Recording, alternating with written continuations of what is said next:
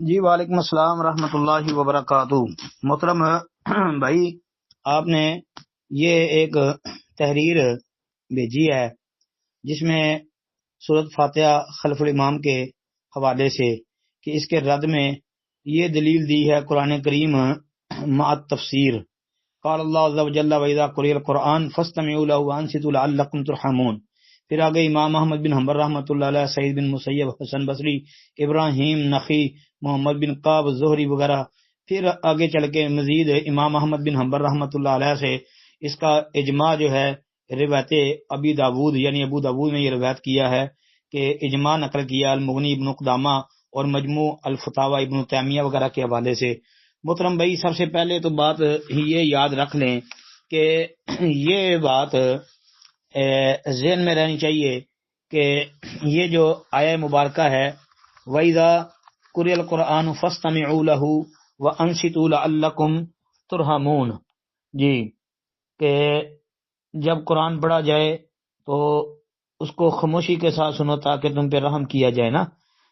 یہ والی آیہ مبارکہ پہلے نمبر پہ تو یہ بتائیں کہ اس میں کہاں پر یہ لکھا ہے کہ سورہ فاتحہ نہیں پڑھنی امام کے پیچھے، یا امام پڑھے اور مقتدی نہ پڑھے جب امام پڑھے؟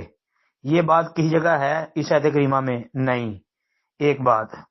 دوسری بات یہ ہے کہ یہ آیہ مبارکہ جو ہے یہ نماز کے اندر سورہ فاتحہ کے نہ پڑھنے کے لیے نازل نہیں کی گئی، بلکہ یہ تو جو آیہ مبارکہ ہے یہ مشرکین کے رد میں نازل ہوئی ہے کہ مشرکین جو تھے وہ قرآن جب پڑھا جاتا تھا تو شور کرتے تھے، جی، تو یہ آیت نازل ہوئی تھی کہ خاموشی سے سنو تاکہ تم پہ رحم کیا جائے، جی، یہ اس لیے تھی۔ تفسیر قرطبی جلد 1 صفحہ 121 یہ ذرا آپ پڑھ لیں۔ اس کے علاوہ جو دیگر دلائل ہیں ان کو بھی آپ سامنے رکھ لیں۔ پھر یہ بات یاد رکھیں کہ ابو ہریرہ رضی اللہ تعالی عنہ جو اس کے بیان کرنے والے ہیں فاتحہ خلف الامام کے حوالے سے، یعنی وہ تو فاتحہ امام کے پیچھے پڑھنے کے قائل فائل تھے، جی، تو اس لیے اس آیت کریمہ کو دلیل بنا کر تو سورہ فاتحہ کا امام کے پیچھے پڑھنا اس کا رد کرتے ہیں یہ لوگ۔ پھر عبداللہ بن عباس رضی اللہ تعالی عنہما وغیرہ سے بھی یہ لوگ پیش کرتے ہیں۔ تو یہ بات یاد رکھیں کہ عبداللہ بن عباس رضی اللہ تعالی عنہ جو ہے یہ مفسر قرآن تھے، فقیہ صحابی تھے۔ نبی کریم صلی اللہ علیہ وسلم نے ان کو علم و حکمت کی دعا دی ہے، صحیح بخاری وغیرہ کے اندر ہے نا، جی، تو یہ بڑے مفسر صحابی تھے، ان کا بہت بڑا مقام اور مرتبہ ہے۔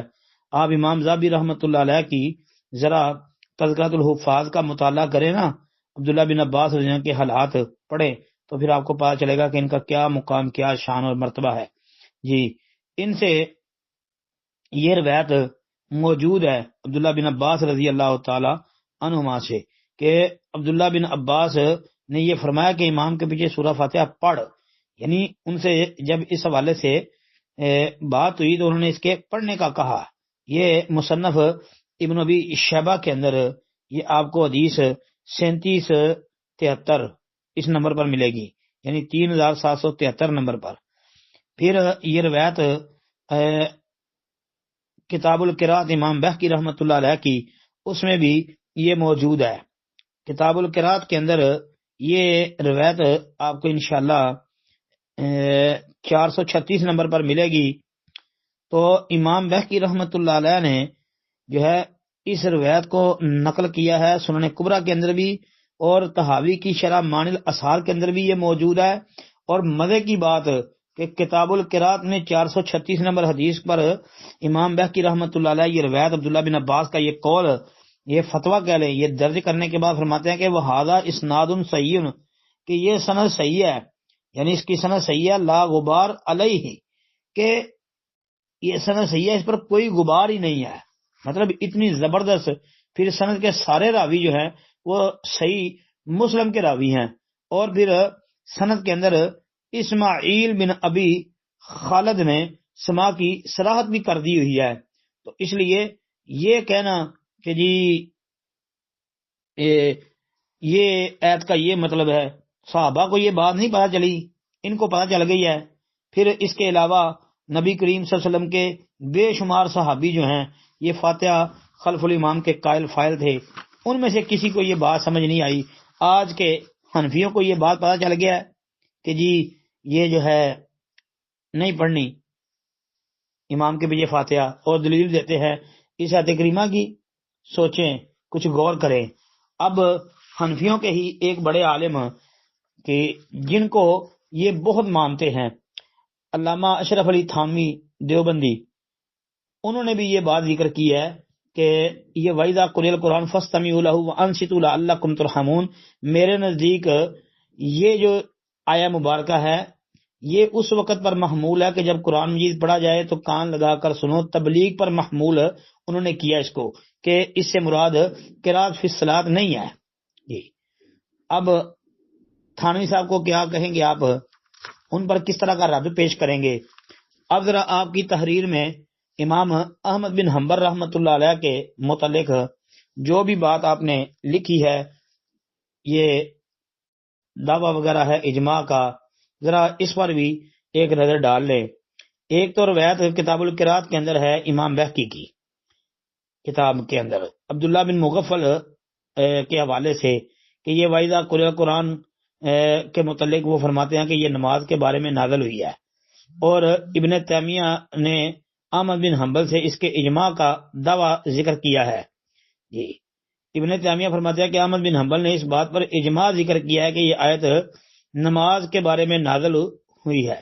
اس میں اجماع نقل کیا کہ جب امام اونچی آواز سے قرات کر رہا ہو تو مقتدی پر قرات واجب نہیں ہے۔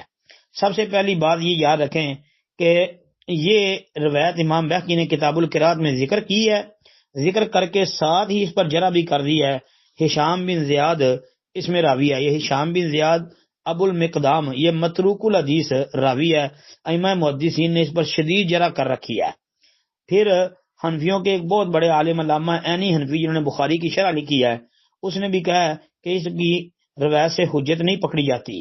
جی پھر عینی کا مقام حنفیوں کے نزدیک چھوٹا ہے، اور سب سے اہم بات ابن تیمیہ رحمۃ اللہ علیہ کی امام احمد رحمہ اللہ سے سند متصل نہیں ہے، یہ سند پیش کرنی پڑے گی۔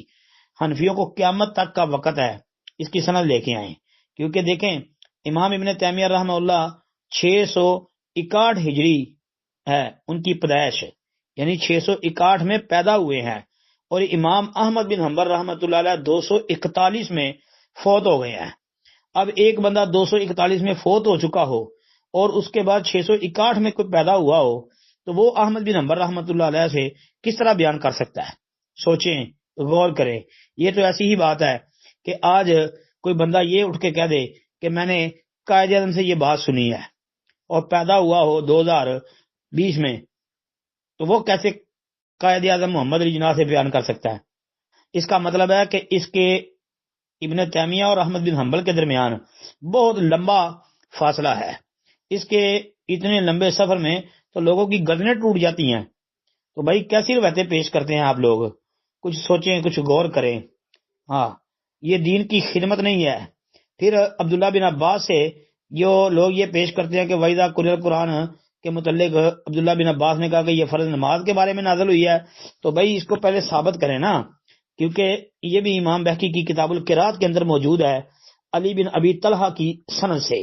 تو علی بن ابی طلحہ کے متعلق یہ یاد رکھیں کہ سند میں انقطاع ہے، کیونکہ علی بن ابی طلحہ نے عبداللہ بن عباس کو نہیں پایا۔ لم یدرک کے لفظ خود علامہ کوثری نے، جو حنفیوں کے بہت بڑے سمجھے جاتے ہیں، جس کا حنفیوں کی نظر میں بڑا مقام ہے، تو اس نے یہ بات تسلیم کی ہے کہ علی بن ابی طلحہ نے عبداللہ بن عباس کو نہیں پایا۔